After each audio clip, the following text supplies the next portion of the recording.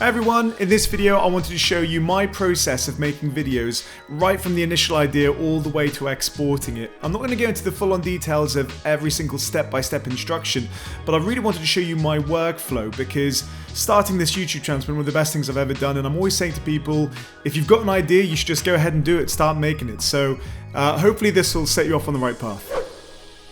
Okay, so the first thing we've got to talk about is coming up with ideas, which is way more complicated than it sounds. Firstly, make sure you make a log of your ideas somewhere. There's nothing worse than having a genius idea while you're driving or you're just drifting off to sleep and you forget it. So I keep a note of mine on Notes on my iPhone, and that works just great for me. But there's a few ways specifically that I do try to generate ideas in terms of what I should make next. The number one way that I do this is to always think about my audience and what they want. Now this is great because my audience initially has always been my students, literally the pupils in my classrooms. And I think, well, what do they need to know for their revision? What are they going to find the most useful? But that also extends to the audience on YouTube who will actually ask for certain videos and they will say, can you make a video on this? Or perhaps they will comment specifically on a video and that will emerge a trend of, I need to make more videos about feminism because it's getting the most traction. So really think about your audience and actually try and understand what they want and why they are engaging with the more popular things if you're already making videos. The next tip I've got for coming up with ideas is actually to just use YouTube itself. So find another channel which is similar to yours. Now for me, that's Studio Binder. And genuinely, if you're a film or media student, I recommend it to all my students. Studio Binder is a fantastic resource. But you can actually take a look at what's working well for them to inform what you should perhaps make next. So let's take a look at Studio Binder's page now. If we go to videos, we can see the kind of things that they're making. But if we sort by most popular, we can see which things people clearly want to watch. So there's an awful lot there on camera movement, directors. Their director series appears to be very popular. Quentin Tarantino, Christopher Nolan, Wes Anderson.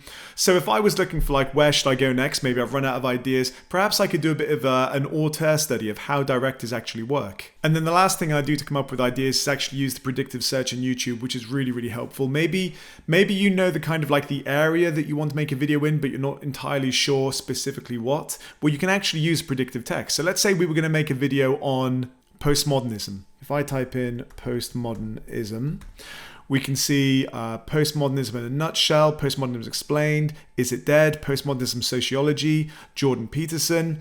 And obviously this will open up new doors to you in terms of like, maybe I can do something more specifically within what's being searched for a lot at the minute on YouTube. Okay, so you've got a bunch of ideas, you know the kind of videos that you want to make. The next step is obviously scripting. When I script any of my YouTube videos, I don't actually use specific scripting software as if I was making a production. I just write on Notes on my phone. I find this so useful because it means, I'm Apple everything. So I've got an iPhone, I've got my Mac. It means they're always synced, and if I have an idea whilst my son is swimming or between lessons, I can make a note of it somewhere and just fit scripting in around my lifestyle. So that works really, really well for me. Right now I'm literally reading from a note that I've written up. Now, when I'm scripting or making my videos, there's usually two types of script I do. So right now, I'm kind of like, I'm just chatting to you off the cuff, but I have actually scripted or I've bullet pointed the things I want to say, but it's not specifically scripted. I've got a structure, which I think you really, really need as a bare minimum, but it's not super scripted. On the other hand, if I show you maybe a script for my most recent video on postmodernism, videos like this, I will specifically script every single sentence because there are certain words or arguments that I want to make and don't necessarily trust that I'll be able to do it off the cuff. So what I always do is I think about the kind of video I want to make, whether I want it to be more natural and organic like this one, or if I want to try and teach or explain something, in which case I will script it very, very specifically. Okay, so we've got loads of ideas. We've even scripted a couple of our videos. The next stage is to film it like I'm doing right now. My setup is very, very simple. Again, for anyone saying, well, I want to start making YouTube videos, but I don't have all the equipment. I record on my iPhone. I've got an iPhone 12 Pro. I record the sound separately using a Rode NT USB. So right now I'm recording, you're hearing the sound from this microphone being recorded on my laptop, and I will just layer that over what's being recorded on the iPhone. There's a huge difference. If I just show you, this is the sound from the iPhone. It sounds a little bit tinny, a bit echoey. and this is the sound from the Rode Enter USB. I try and pick a location which is suitable.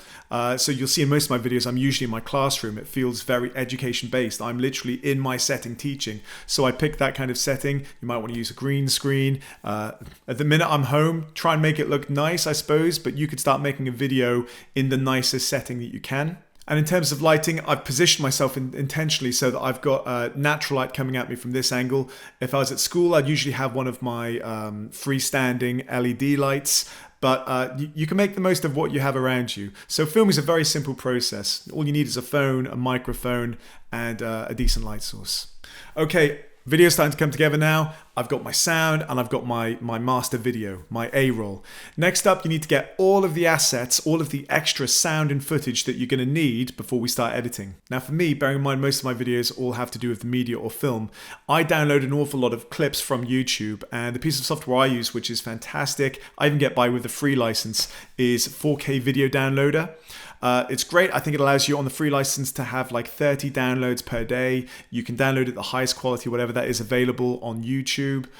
And I basically, whatever the video I'm making is, I get any clips and any cutaways, any B-roll that I need, and I dump that into a folder.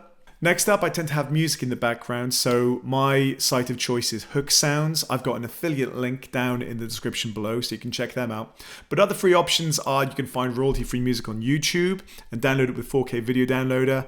Or if you go into the YouTube Creator Studio and down to the audio library, there is a constantly expanding, amazing library of sounds which you can filter through via genre, atmosphere, feeling, pace, all sorts of stuff. Now the next stage, once you've got all of your assets, is to start editing. And what I don't want to do is make this video a step-by-step breakdown of how to use editing software. You could be using DaVinci or Premiere or Final Cut Pro. But if you are looking for that kind of tutorial, I'd highly recommend today's sponsor, Skillshare.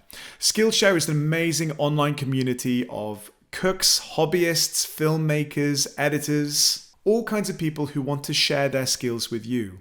Now, if you are looking to improve your skills with something like Adobe Premiere, which is what I use to edit these videos, there are tons of courses available online. One fantastic introduction to the software, which I recently watched, was Cut It Out Film Editing with Adobe Premiere by Daniel and Michaela Long. A fantastic series which really does take you through every single step to making a video like this. So if you're serious about starting up YouTube and you are up to speed with the process, but you don't necessarily have the skills, check them out on Skillshare. If you're interested in joining this community, the first 1,000 people who click on the link down in the description will get a 30-day free trial to Skillshare. So back to the video. We're ready to start editing. For me, I use Adobe Premiere Pro. And the first thing I do is I just put down my A-roll, this actual video of me talking straight down onto the timeline. I ditch the sound and replace it with the sound that I've taken from the microphone. And before I go on, I actually make sure I get the levels right on this particular sound file before we go on, so I don't have to copy and paste it across all of them. So I obviously make sure that my sound isn't peaking anywhere, and it comes in between -6 and 0 decibels. Once I've done that, when I'm recording videos, and you'll probably find this as well if you start recording, there are an awful lot of slip-ups like this. Use an editing, which is way more... Okay, start. So the first thing we do is we literally snip it up, get rid of all of the bad bits so that we've got one constant start to finish video of me explaining. But it's a bit boring at the minute because there's no cutaways, it is just me talking. So now is when we go back and we use all of our other assets, like the videos we've downloaded using 4K Video Downloader, any cutaways, and we can start building our video around that. Next up, we put on any titles, if there's videos that we want to cite, or if there's sections, little titles like this, then that's when we put them in. And then the final step is color grading, which we do last because it can actually slow down the speed of your computer quite a bit. So it's the last step is to do your color grading. Next up is time to export, and I actually love the presets that you have in Adobe Premiere. So I use H.264 as a codec, and I just tell it to export for YouTube in 4K. If you want to, you can play around with the bitrate, but I usually keep things as default and export, ready to upload. So that's my process, guys, from start to finish. I've tried not to go into too much detail, but I come up with the idea, I script it, that's my setup for recording, I get all the assets, I edit it, and realistically, I have managed to do all of this in one day. Usually I kind of spread it over several weeks because I've got a full-time job. But that's how you can get started, and I really, really recommend it. Whether you're a teacher, a student, whether you're a gamer, whatever you want to do, have a go. Start making videos. You don't need loads of great equipment. If you've got a smartphone, that is enough. As always, thank you very much for watching, guys, and I will see you next time.